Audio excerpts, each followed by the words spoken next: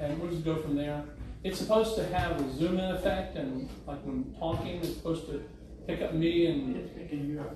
Yeah, it's picking up the audio. Yeah, it's just doing the pretty question well. is it transmitting out? And I don't know. I think it is. I don't think Let's it's check it. Check Facebook. If there's a bit of a lag, probably you may still be in the lag time. He turned it on. He got it set for 6:55.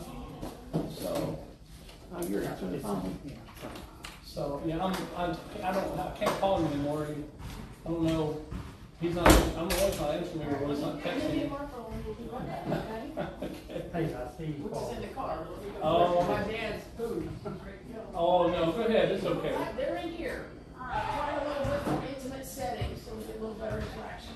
Yeah. Come on in. Oh, okay. Rick, come here. He's outside talking right on the phone. Yeah, I don't know. He'll be in. I was thinking I'd go and watch. Okay, all right, I'm glad. We'll be safe, Kelly. What time in the morning? Bring out the cards. Yeah, might do that. Bring the dominoes. Go home and get the dominoes. Yeah, I don't think it's transmitting. What time tomorrow? I'm guessing it's not. So, Okay. What time tomorrow? like that. That's great. That's great. Okay. Yeah. Sure. Okay. All right, that's fine.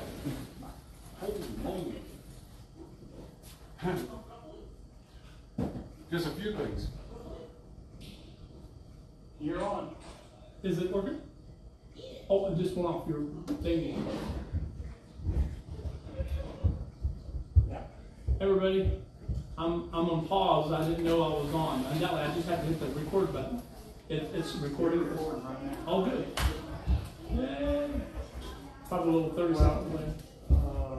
It'll take about 30 seconds for that. Be right with you. We're working on some technical difficulties. When you change locations, I was telling Brian, when we change locations, everybody kind of get out of their habit, and so they just quit trying to find You're their on here. We're on here. Yeah, that's what I said. That's what I said. Yeah, good deal. Yay. There's a bit of a lag there. There's a lag, but you're on here. No, but you're not in the picture. Yeah.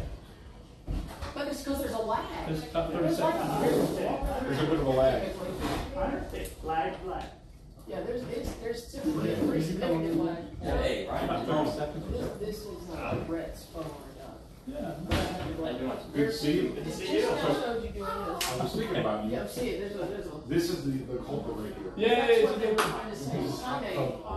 Damn. Jane was texting Deb, Deb's like, there's a Turn on lag. at all? Yeah. Yeah, but it's a 5 hour lag. Thank you so much. It's a 5 hour lag. Yeah, turn on very quick and very Well, send anybody else you see on. Just send them on in so we can get going. It didn't work. I'm getting ready. I'm ready to go. 7:05. So short on time. So you don't get any extra time out there. Yeah, I know. I'm here. Yeah. Well, so glad you guys are able to be here. It's after 7, and we think we got some of the bugs worked out on the phone, and apparently it's working. They said that. She just came in. Oh, yeah, it's about a minute almost now. There's a lag there. And my son Greg, when he was about 2.5, we were visiting our folks in West Virginia. And just started to think, I think that's talking about lag. yeah, that's right. And so what happened was when we were there, I went across the street. Greg, he was over there. He had his cowboy boots on. We lived in Texas at the time, and he had these short little legs, red hair, freckles, had a cowlick slapped him right in the middle of the head, and freckles all over. He had a red and white striped shirt on, and navy blue shorts, and brown cowboy boots. Tell me, I can't remember that. That was a long time ago. He's 45. I can just recall that. And he's there talking to my dad, and my dad's doing something at his car, and so he says, "Well, Greg, what's wrong with you?" And Greg's rubbing his leg, and he says, "Grandpa, I hurt my leg." He put 2 syllables to it, leg. And he says, "What? My leg, it hurts." He says, "My leg." You know, that's 2.5. He was so smart. He says, "Oh, your leg." He says, "That's what I said, leg." He made it 2 syllables out of the 1 syllable. When you said the word lag, it made me think about my lag is hurting.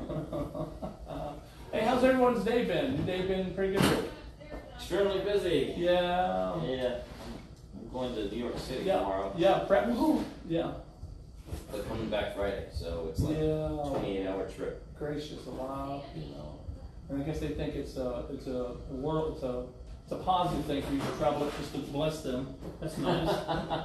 but you'll do great. That's what you do. You do good stuff, and your evidence or whatever they're looking for, and then who knows? They may ask you next week. Hey, can you come back?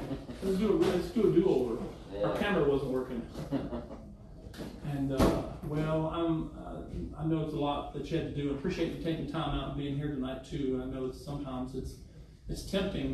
We tend to want to stay at home and do those kind of things, and I know.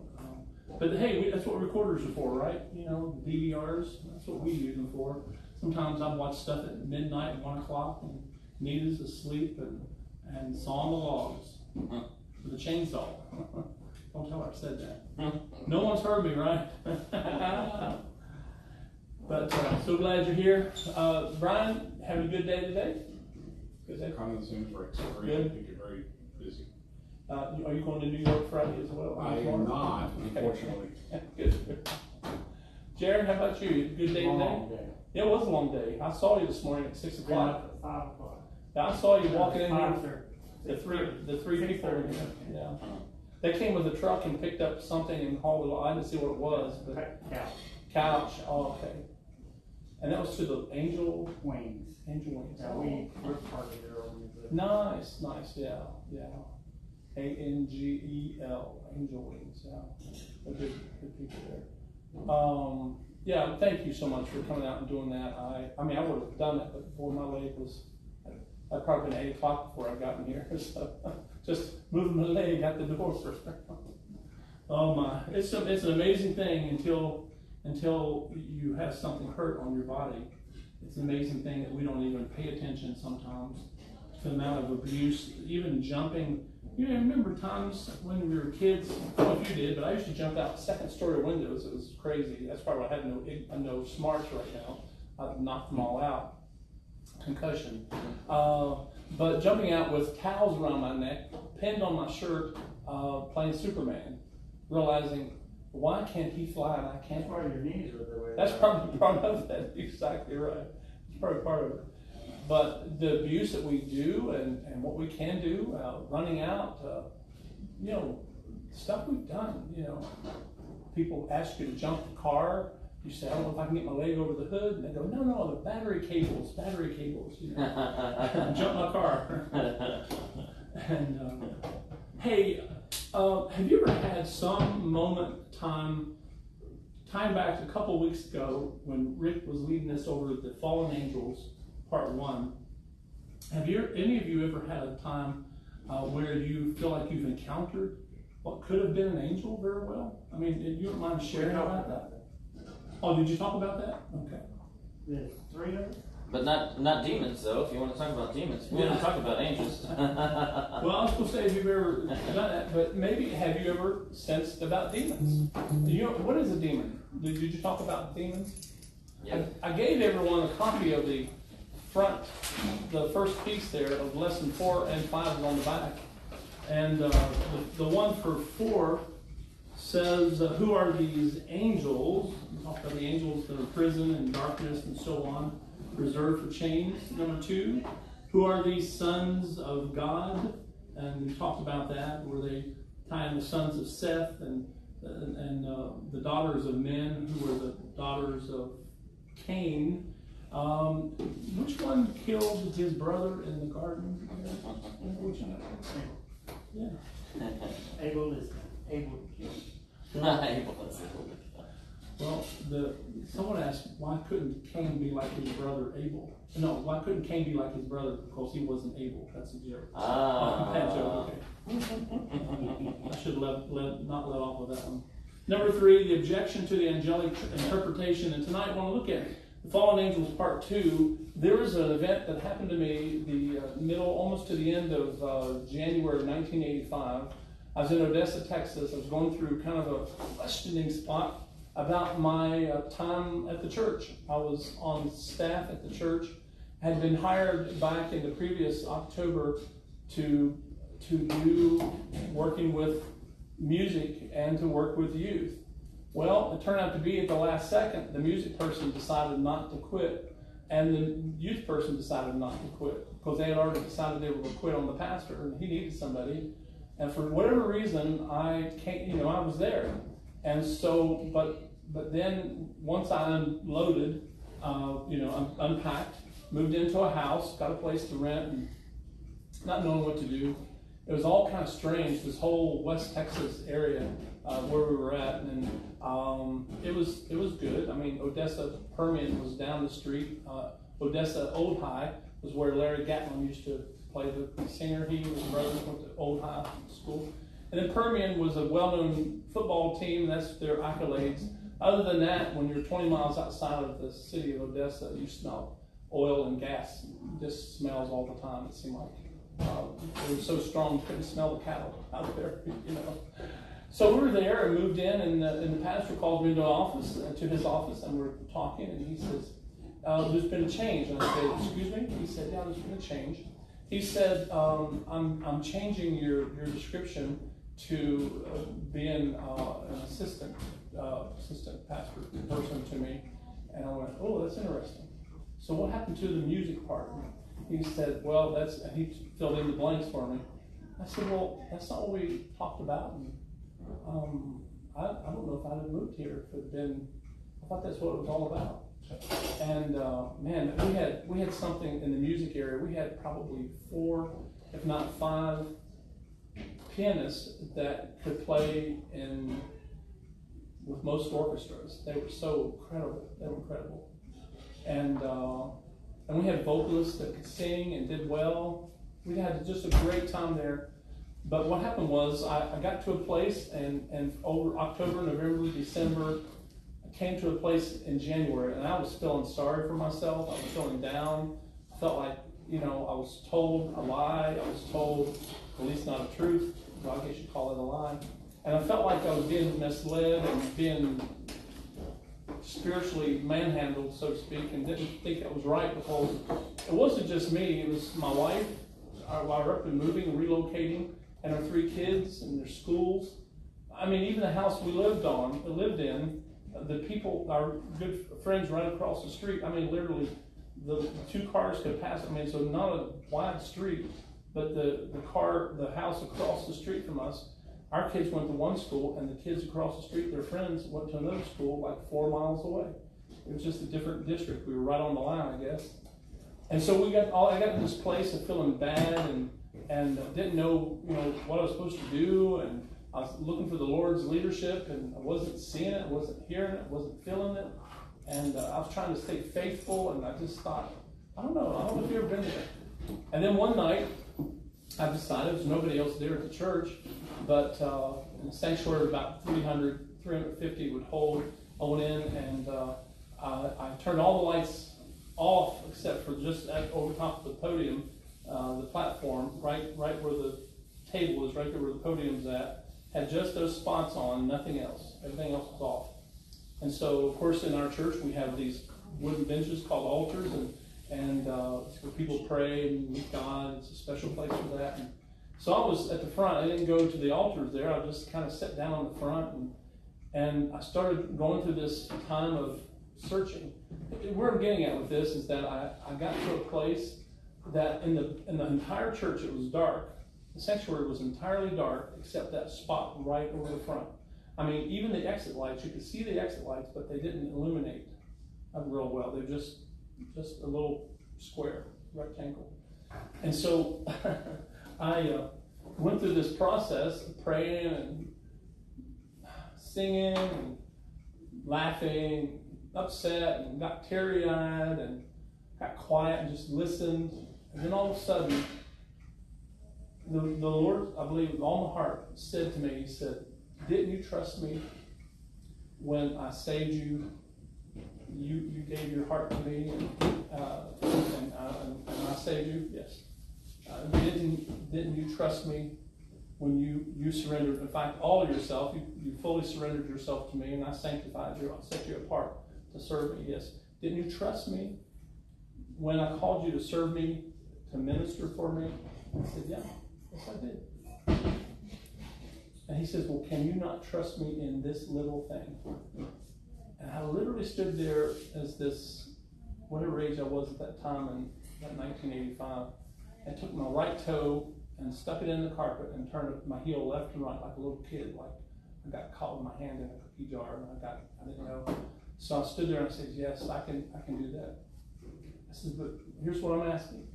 Will you just go with me? Whatever happens from this point forward, I know you've got my back. You've got my future and everything. Would you just go with me? I'll go wherever you want me to go. And I'll serve where, if it's here, then I'll serve here. If it's not, then I'll serve there. But whatever, would you just be with me? And about that time, before I got some kind of an answer, the entire back of the sanctuary, I promise you, if you're alive, breathing in front of me, and I understand that you're alive human beings here, that's how real this was to me. The entire rear of the sanctuary, where it was actually jet black, now it was a fiery red. It was just as bright as could be. I've not forgotten that. And I got this tingle, this feeling, this, if you felt or sensed a demon at any time in your life, this presence of evil, I described it as the old Lost in Space robot. Warning, warning, danger, Will Robinson. I didn't do that part, but I felt this warning, there's something. The adrenaline was pumping, and my heart got faster, and I felt this like presence of evil, because I've had it other times in my life. And all I did was I pointed to it and said, in the name of Jesus Christ and by the blood of Calvary's cross, I command you to leave this sanctuary. You're not welcome here. This is not about you. Get out now in Jesus' name. I'm not afraid of you. And it's like the lights just went off. It's the weirdest thing. You ever had a spotlight and close shut? That's what happened. And I just said, Lord, would you just, I know you always tend to have an angel around somewhere, but would you send 2 for tonight? Because it was now almost 3 o'clock in the morning. I started at 7:30 in the evening, and now it's almost 3 in the morning. And it was in January. So Odessa, Texas, West Texas, gets lots of cold wind at that time. We had some snow on the ground, and the cold air was blowing. I had tumbleweeds all around my car, and I had got an idea. I thought, if I could have thought of this earlier in December, I could use one of those for like a Christmas tree, West Texas Christmas tree. Yeah, but I didn't. My wife would have killed me for sure. But anyway, to me, that was a presence that I didn't see a shape, I didn't see a form or figure. But we want to talk about that tonight as well, about the shape and so on. About, have you sensed the time in your life when you ever felt like you had a demon that was present around you? And if you do, I'd be glad to hear your story. Do you mind sharing? Does anybody else have a story like that? It doesn't have to be like mine, but maybe you actually met somebody and the evil just oppressed you that way. I believe we can tell. The Bible says, by their fruits you will know them. But I believe also by our spirit, I believe we can sense if somebody is a good person or not a good person, whether they're moral or immoral, or if they're a spiritual person or not as well. And I've had some of those as well. That's coming to this church office. Anybody like to share? Rick? Yeah, Rick. Being in the business I was in for 20 years, we came across a lot of bad guys. Yeah. And I remember one particular one, we were going in a nice house in Coral Gables, Florida, but it was kind of kitty corner from a elementary school, and this was a crimes against children case. Oh my man. Okay. And not like a trafficking or something like that. It was just. No, it was basically child pornography. Oh my man. Yeah, trafficking child pornography. And this guy, he was like, I don't know, maybe 500 pounds, 550 pounds. He was just huge. Yeah. He reminded me of a big version of Gollum from Lord of the Rings. The way he didn't have a shirt on, he had shorts on, stringy hair, the stringy hair, and you could just tell in his face that he's been so corrupted. Yeah. Not by the ring of power, but by what he's been doing. Right. And it occurred to me, how much a hold of this guy's life Satan had, because his father was actually somebody very high up in the state governorship of Illinois. That's all I'll say about that. But this guy, just looking at him, I didn't interview him personally, but I was the one that was in charge of collecting the evidence. He had 7 terabytes of this stuff, and the way he kept his room, it was just I was literally past my knees in garbage all around his room. Yeah. And I'm not going to describe the place where he was sitting, because it was really gross. But this is somebody who is absolutely in bondage to sin, and just that's the only time. I mean, I shouldn't say the only time, but the strongest time that I really felt, boy, evil really had a hold of this guy. And fortunately, we had so much on him. He pled guilty and he went to prison. I'm not sure where he's now. He wasn't healthy, but it was just like he was. You could just tell he was so into this that like nothing else in his life mattered. And anyway, that was kind of like the closest I felt like this guy is like pure evil, and because he was so close to an elementary school, that was a huge deal. Wow. I always used to wonder how those things happen and how they grew to that from being a kid and maybe was abused or hurt himself. Bart, do you got a story? Well, I'm not sure if it was demonic or just pure hatred. Yes. But it made such an impact on me. I told Jerry, I told different ones about the incident. I just went into the regular grocery store that I always went into. Never had encountered anything like it before. But I will say this is back in the time when Mid-Easterners were going to flight school in Norman to be pilots. Could be in 79, because I flew on no, it was in the 90s. 90s, okay. But I just went in, and this man of Middle Eastern descent was coming toward me. I just smiled and said hi. And just pure hatred. I mean, so much it just took my breath away almost. I had never encountered anyone in my lifetime. So I think it probably was demonic.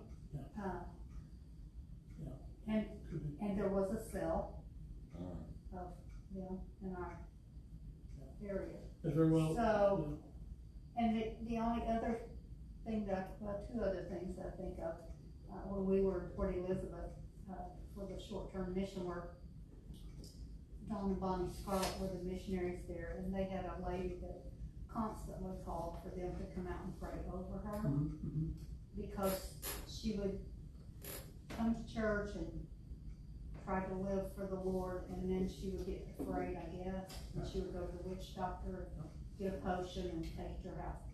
So it was even in the newspaper there. Objects would just fly through the air. Fires would just start up. And this went on for years. And we were there when part of it happened. They had pictures of stuff that they threw in a box. The box didn't burn, but it was burning inside of it. And just weird looking, So it was a witch doctor that she was seeing. So I'm sure that was demonic. So we know they're real, and we met other missionaries that told us about their encounters. So it is real. I believe it. Well, we did encounter one in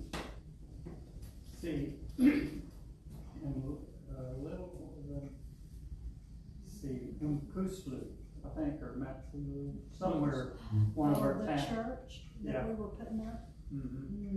What country is I that? forgot that one. South It was in Africa. South Africa, but it was in the black Natal area. home native area. Okay. But we put these churches up. We put up several, but this is the only one where, okay, first of all, we went in July because it never rains in July, right? And these were prefab chapels, so inside and out, so you didn't want to get them wet, right? You wanted to get them together and enclosed. It rained every day, all day long. And we couldn't park close to the side, they had to be carried up a slope. And we fought the whole 2 weeks that we were there to get it built through this terrible rain. And come to find out, they told us that the witch doctor the chief had a beer bust and brought in the witch doctors on that site before we came, and had sacrificed a goat and some chickens and it was so evil that one of the young girls was used as a prostitute, and she was such a beautiful young lady, and then the next week she was unrecognizable. Yeah, so that's so sad. And so, I mean, demonic and the spirit world, it's real, and we don't see it that often, but it is destructive. It is anti-God, anti-Christ. Yep, absolutely. So. Well, a few weeks ago when Rick was leading, I don't know, and I sort of appreciate him filling in, and he does so good, and I let him fill it the rest of this, but he's going to be gone, so that's how it is. But that's why he's going to be gone. That's right. He saw the handwriting on the wall. You know, the axe head was swimming down the river. But the things that you had talked about then, about the angels and what kind and so on, and you talked about the sons of Seth and the daughters of Cain. The daughters of Cain is where the immorality came through. Apparently, is what they're saying, because what I have to share with you, I have a couple of thoughts, but I love talking with you about your stories, and if the two of you have a story you'd like to share, if you've ever had a demonic or some kind of massive evil type thing. The satanic spirit. Okay. Then hold that thought, and I'll come right back to you. There in this, what I wanted to give to you, I didn't want to be so much wordy and stuff. My notes, I have highlights I've written all over, but the thing was like the number 4 says angels and human beings are members of the family of God. Angels and human beings are members of the family of God.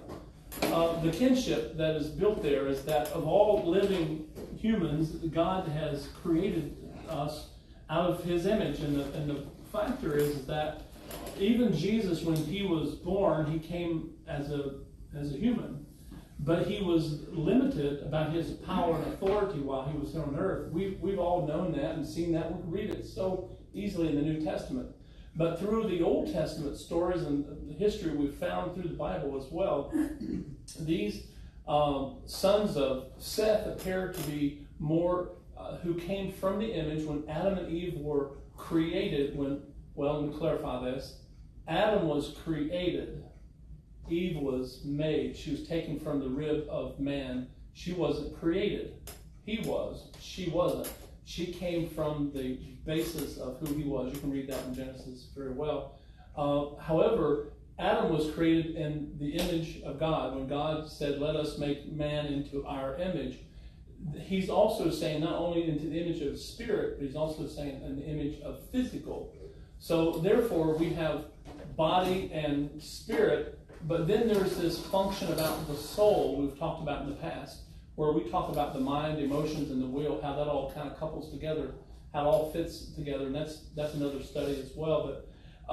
But for now, the sons of Cain and the daughters of Cain, it appears to be one of the questions is can the angels who were created, can they have what's the word I'm trying to use here? Carefully. Relations? Yeah. Are they more West Virginian than we realize? But that's where I'm from. Oh. And they think everybody in West Virginia is related, right? Incestuous. But Nita and I, we didn't know each other until we were married. So we weren't related or anything until then. So the thing of knowing, because the story is throughout generations of scholars even, and what the words are saying. Let's see if I can find one here. Where angels could actually have had a relationship, a sexual intimacy, intercourse to have with a human being, with the females, because there are passages that we have, if I can find my notes here where that's at. I just lost it here somewhere. But when you hear about the Nephilim, the giants of the earth, let me catch up here on my notes here. I should have kept that. Because of their offspring, the sons of God and the daughters of men is proof that the sons of God were not men, they were offsprings, they were giants or mighty men. They were basically angels, or the creativity of angels from the human. Because the angels, when they were created, there's who knows, there's no number of the creation of the angels, that God had just spoke them into existence, and they're just there. I don't know how many there are. In Revelation chapter 12, there's a passage that talks about how a third of the angels had fallen and followed Lucifer. They talk about the stars had fallen, and depends on which version you may read. But it's believed that when Lucifer was cast out, because he wanted to be like the Most High God, he felt like he should have received some level of that loyalty, and he liked who he was as well, very much, that he also was created in the image of God. Not only had spirit, but he also had this physical form.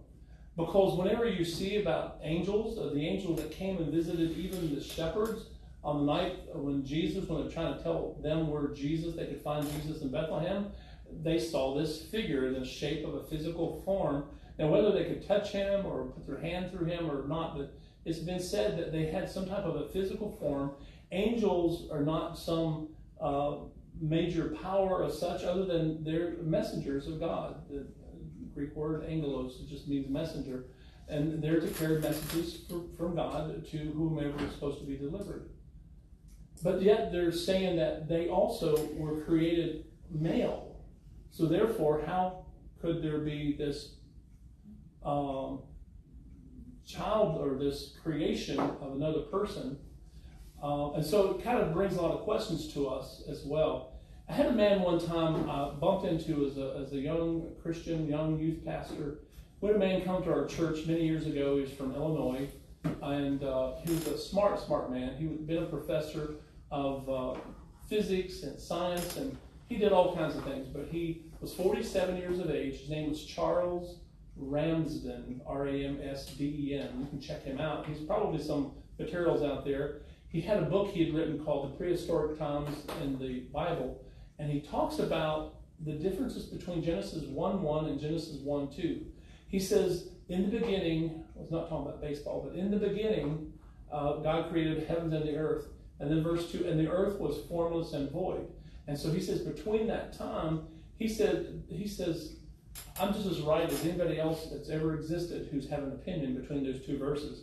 He says, I really believe that there are things we've found evidences of creatures, we found evidences of animals, of dinosaurs, we found bones, he says, we can't discount this. He says, but there's no way we're billions of years old. He said, that's not the way that is.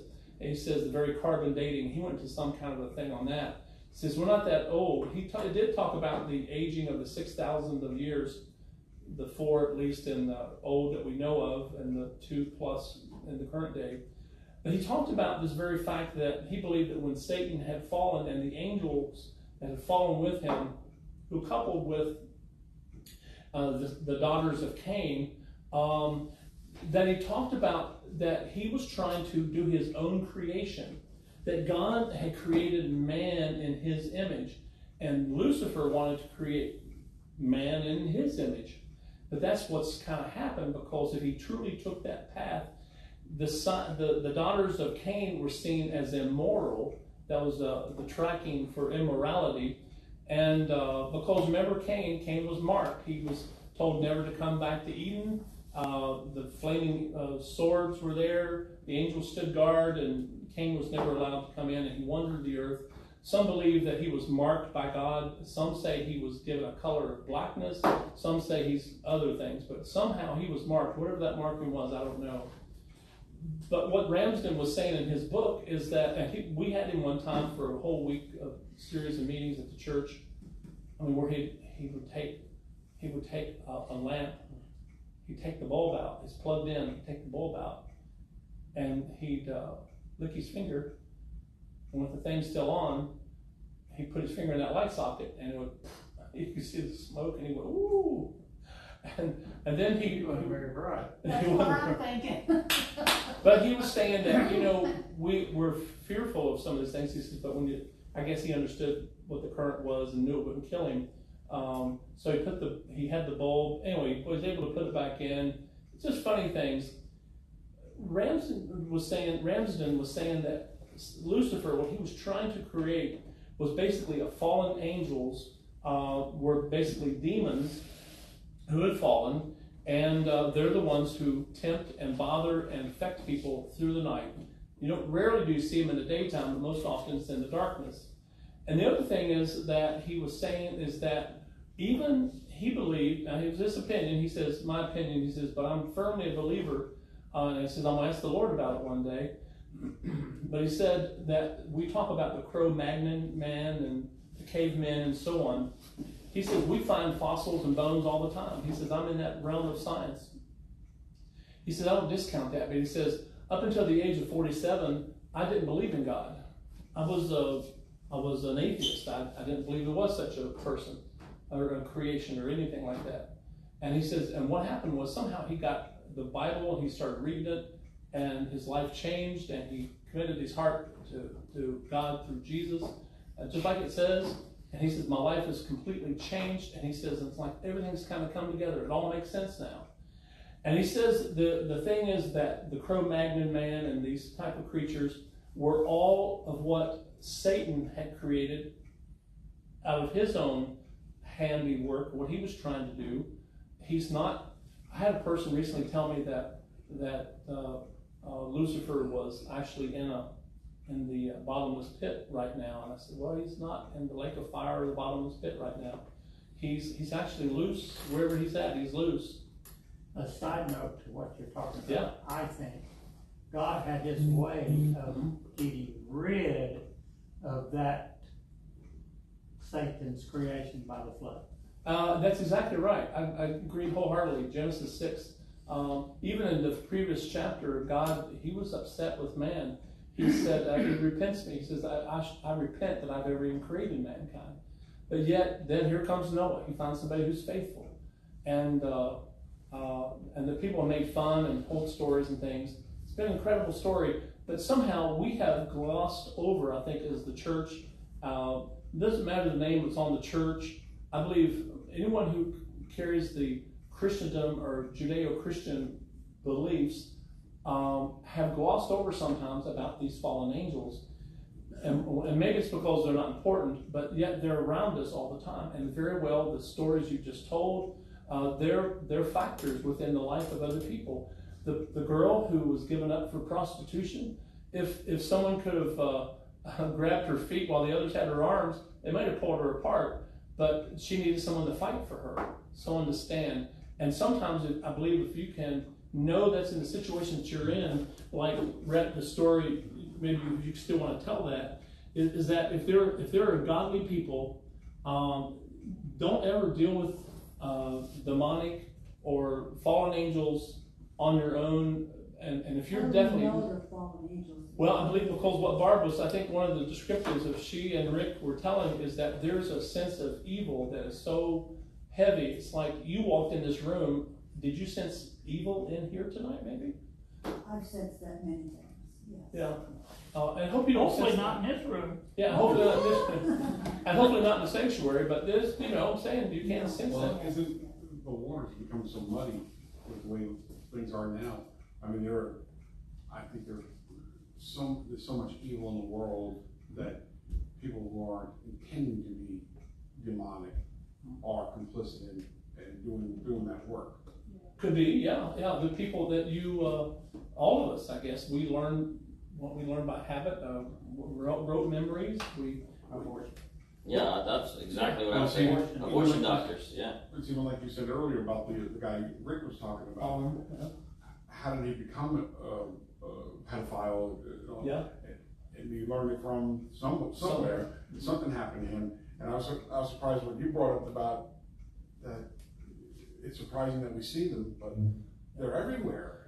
Every time I look around, I'm seeing more decadence, and it just keeps getting worse, and again, it just makes my heart cry every time I read about this stuff. And yeah, it's like a source of power that they haven't had when they were a child. They didn't have the sense of confidence or power, or they were afraid, or they were overwhelmed. I don't know what it was. Well, in children's movies these days, I mean, they teach the occult with Harry Potter books and that sort of thing. Yeah. I mean, they can learn these methods. Well, that very thing though. And so it is very, very prevalent. But the church. Because they know that more than they know anything else. So we could have a conversation on Sunday morning, talk about this very thing. Say, the Harry Potter books have been out for a long time, and it's become a part of the culture. I was talking about Sunday how we've become so, I believe, desensitized to even the Holy Spirit of God. We don't even realize when the Holy Spirit is speaking to us because we're listening to all the noise. As many months ago, we talked about how Satan will create the noise to distract us. Different things we've heard, he doesn't want you to focus and hear the voice of God. And even through the times when God, the stories about it came as a fire, at night, and the winds in the day, and the sand, and so on. But then he spoke to them in a gentle whisper. But we can't even hear that whisper because there's so much stuff that's pummeling through these folks. And the ones who have turned bad, or the pornographers, or the child abusers, or pedophiles, or those who do abortion, they've bought into. I mean, it's like the current group that's kind of a lot of them up in D.C. It's across the country. There are people, even whether you like DeSantis or not. I'm not trying to be political here, but it's gotten into the airwaves. They control what you're supposed to believe, and it's like the saying. I heard something this morning on the news. Nancy Pelosi had said something that she's talking to the president. Mr. President, your great leadership is this, and you've done this, and this is all working, the plan's working, and our finances, the people's finances are stronger, and the economy is stronger today because of you. See, the souring of your face is exactly, I've told multiple people, I said, when they say that, just believe the opposite, because that's what's really happening. Right. What happened is, when the money for the gasoline prices that's coming down, do you know where it's coming from? The oil reserves. Mm-hmm. He's using the oil reserves and bring it to feed it to help bring that down. And then when those reserves are starting to go down even further, the price is going to kick back up if we're not careful. That'll be right around the election time. Yeah. Or right after, I should say. Well, the interest rate's going up 0.75%. Yeah. See, next week. And where's that all come from? But you're talking about desensitizing on one side, but I think there's a huge desensitizing on the other side where, it's like the frog that you put in the kettle. Yeah. Heat up. And then he doesn't even know he's dead before he even knows he's boiling. Oh yeah. But if you think about it, just look at TV in the 50s. Married couples on TV, they couldn't. Oh, they had separate beds, or they had to have one foot on the bed if they were in the same bed. And all that. Now you have couples dry humping or worse than that, and it's perfectly acceptable, and everybody's it's no problem. I was watching the episode and asked my parents, Dick Van Dyke. He and Laura always had separate beds. And then the time came, they were in the same bed together. And I said, how come they don't have separate beds anymore? And they said, well, they're man and wife. And my thought was, well, they were married before. But tell us your story, if you don't mind. This evil, this presence that you sense. I lived with someone that was satanic. Oh. But the thing is, we have these people around us that are so gentle and sweet, and I know many times the Lord laid upon my heart when I was in prayer. that person had to get out of my life, but I couldn't do it. Yeah. I couldn't do it. And I could feel it, the gentleness, the love, and the this, but at the same time, one day the Lord just opened my eyes, and when I saw this person, I said, yes, this is evil. So you really saw the evil that was. Oh, 100-fold. And the thing is, I believe that all of that at the time was causing me to be ill. Yeah. Well, yeah. So once I cleansed my home, whatever. I got Now, another question. Yes, go ahead. Ask before I forget. You talked about, was that the kids, listen to this, the guy with little glasses. Oh, Harry Potter. Harry Potter. Yeah. What do you think of Dungeons and Dragons? Yeah. I have just gotten word. There's somebody I know in this church who dabbles with that and thinks it's not a big deal. If you hear of someone who's talking about that with Hannah, let me know ASAP, because I know I'll take the whole board if I have to, and that person that won't be on any position around kids or anything like that at all. No, the thing is, she said it's not good. She said Fantasy role play. it's a bad man, and it's and I don't know. You have a welcome mat at your house? A what? Do you have a welcome mat? No. Oh, okay, that's why we don't feel welcome then. I have one in our house. It's where you wipe your dirt off, right? But what I'm saying is that there are welcome mats that sometimes, well, what we do, I think we will put welcome mats in our houses, Dungeons and Dragons, fantasy role play. If we're not careful, I believe the Potter books, there are people when I talk to them about and saying, why do you let your kids watch this and read and so on? I watched an episode, I couldn't get into the second one, but my kids, my adult boys, love Harry Potter. My mother loved Harry Potter. Likes the mysticism and all the wizardry and things like that. Lots of people do, and you know, I think everybody has their own ideas about that. But my point was that they do teach the underlying, the subliminals as well. What's the term I'm looking for? The witchcraft doctrine. The spells. Incantations right. and things. They do teach that in all of them. Yeah. Well, that must be you. That's that evil person. So they can learn spells, and that makes me remember another story. We were working with a young couple, and they had come to church. They ended up deciding to not continue coming to church, and then they got involved in some drugs. Her brother came up from Texas, wanted to live with them. Well, they were renting a house, and so of course he wasn't supposed to be in the house, so he was hiding in their attic and sleeping up there. Oh my goodness. Right? Well, so found out after the fact, after they went through dirt, split, both of them doing crazy stuff, and they had kids. And we were trying to help them, you know. Her brother had put a little box. Yeah. And he had put a little trinket up from each person in that family. Mm-hmm. And he had cast the spell to destroy their family. I believe it. Now, I went to our church and I said, we cannot let this happen. Yeah.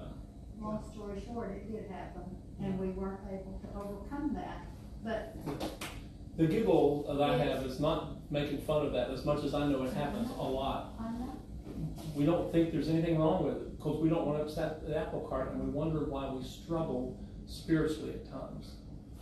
But you know, I'm sorry. No, go ahead, and then I'll tell you the story because it ties in with what you said, the image I am still praying thing. for both of them and their children, and they both have gotten their lives somewhat straightened out, but separately. Mm-hmm. So, go ahead and tell us, and then I'll tell you the story. Hannah and her friend played this games on Roadblock or something. Roblox. And, you know, and I saw her playing. I saw them, so they pick up the furniture, for whatever. Well, I was watching a program on YouTube the other night on kids programs, and one was Roblox, and it showed, and I saw it, where this little kid is playing, and up in the cloud is a couple having sex. Oh, Then, as it went on, one kid says to the other, look at that dirty Jew over there. oh I'm on my guy. my, oh my. I said, is my granddaughter seeing that? But Wait, that was in the program, or that was somebody on the YouTube? it was in the program. Yeah. And And- then yeah. later it was about a black guy. Oh, Yeah. he's too black, he can't play with us. No. But see, that's an imprinting. That's an imprinting Yes. to the place that you just say it without even thinking about it. That's what the So I said, rote memory kicks At the into. end of that, Yep. My friend, I You know, met. if I can, No, go ahead. and what you just said, if you think you're not susceptible to that, Oh, right? Answer this: is pork the other white meat? Right? You heard of that? yeah, I know they said that, but heard it. Yeah. What was it? pork. I don't know People are convinced that pork is the other white meat, I know. and it's an advertisement. But people are convinced. I've had arguments before because no, the commercial says it's the other white meat. Or hey, where's the beef? I had Rick. Go ahead. I was just going to mention, this all reminds me in Romans chapter 1. Yeah. Verse 25, 26. Yeah, well, Yeah. and a little bit before that.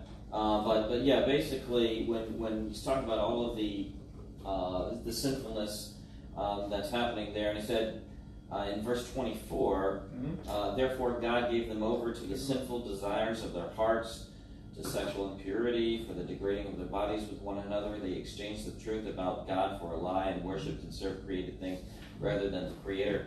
A lot of times it's not like the ugly, typical demonic stuff that's the most dangerous, because we can kind of spot that.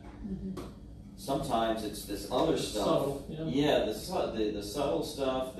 Like for example, Duolingo. The app where you learn. Oh yeah. Language. Okay, so David showed me, and he sends me screenshots all the time. Now, Duolingo is teaching, and it's geared for kids, but they're teaching languages, and the examples that they're using in languages are the LGBTQIA Oh wow. plus ampersand. All of that. So for example, he sent me, and this has been going on for a long time. So you have a guy, that's obviously a guy, he's got a mustache, and it says, Yo tengo dos faldas nuevas. That means I have 2 new skirts. Oh. Before that, it's a woman. Mi esposa es española, es de Madrid. My wife is Spanish. She's from Madrid. I mean, it just goes on and on and on. My wife is and it's a woman saying, yeah, and this other woman saying, mi novia es muy bonita. My girlfriend is very pretty, and it's obviously a woman. Yeah. So it's over. All of these examples exactly are to desensitize children and normalize this wickedness, this depravity, that's pervading everywhere, and now it's geared to our children. I didn't know about this one. Yeah. But it's everywhere. I mean, that's all they're doing. But it's very subtle. A new show on TV, and it's all good. Well, and there's one on FX. Maybe check it out. But it's called. I was going to tell you what it was, and I didn't write it down. The Little Demon or something like that. Whatever it was. It's put out by Disney. Yeah, it's put out by Disney. It's the demon. It's about demons and all that they do and believe, and the Little Demon or something like that. Whatever it is. And this is so prevalent, so easy. What I was going to tell you the story earlier, I may have told this years ago.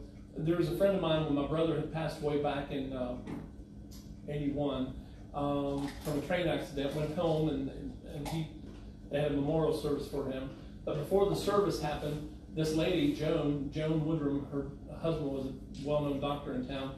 She came to the house, giving her condolences, and she knew her family very well, and we knew her. and her kids. Anyway, she is she's there, and she found out that I was in the ministry, and that didn't mean anything. It's just I was in the ministry, and that hit a nerve because she was a Christian. And she says, I'm having some problems. She says, can I talk to you for a minute? And I said, well, I'll be glad to. I mean, she's like 25 years, maybe 20 years older than me, so I was quite a bit younger, but I was glad to help any way I could. I said, what's going on? And she said, well, you know, my husband and I, we just have this great relationship. We've been married for like 20 years, and we don't fight, we don't argue, we don't raise our voice. And this whole week, every day, we've been battling at each other's throats, like. And I said, well, anything different happen? She said, what do you mean? I says, did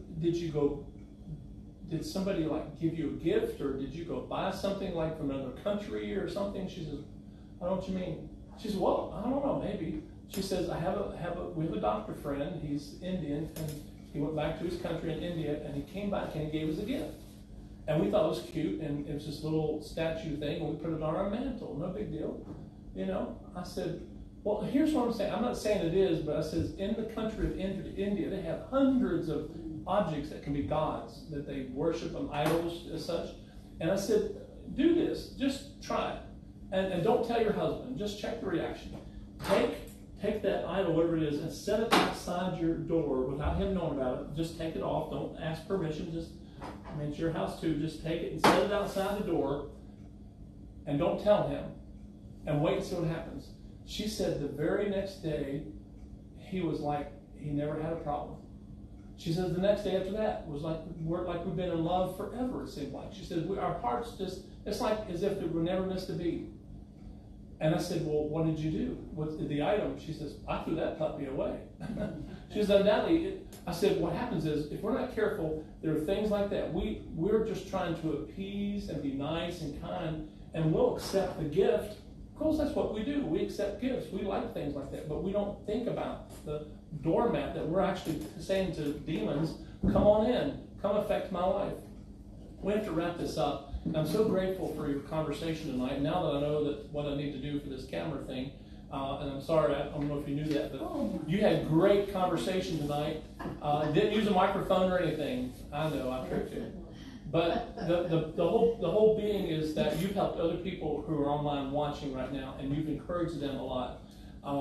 There are things that are going on and bump in the night. Like the time we moved into 128 Buford Place in Macon, Georgia, an old house built in 1900, 12-foot high ceilings, huge house, left and right side.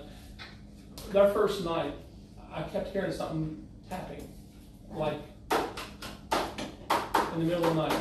I got up and walked around, couldn't find it. Next night, couldn't find it anywhere. Third night, I had it. So I went around and I tracked it down, and I'm praying the whole time. And I had other people hear me say this because they wanted me to come to their house and do the same thing. So I was going from wall to wall and taking my Bible, saying, in Jesus' name, I cleanse you in Jesus' name. This is going to be a room that's just for the glory of God. Went here, this bathroom, this kitchen, this living room. And I finally made it into the kitchen, and I heard that sound.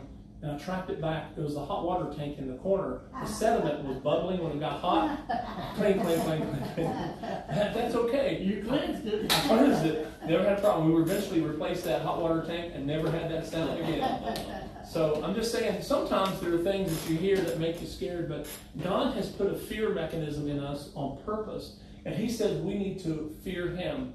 What I didn't tell you on this fifth point was the interaction of angels and human beings. We talked about that. Number 5, the interaction of angels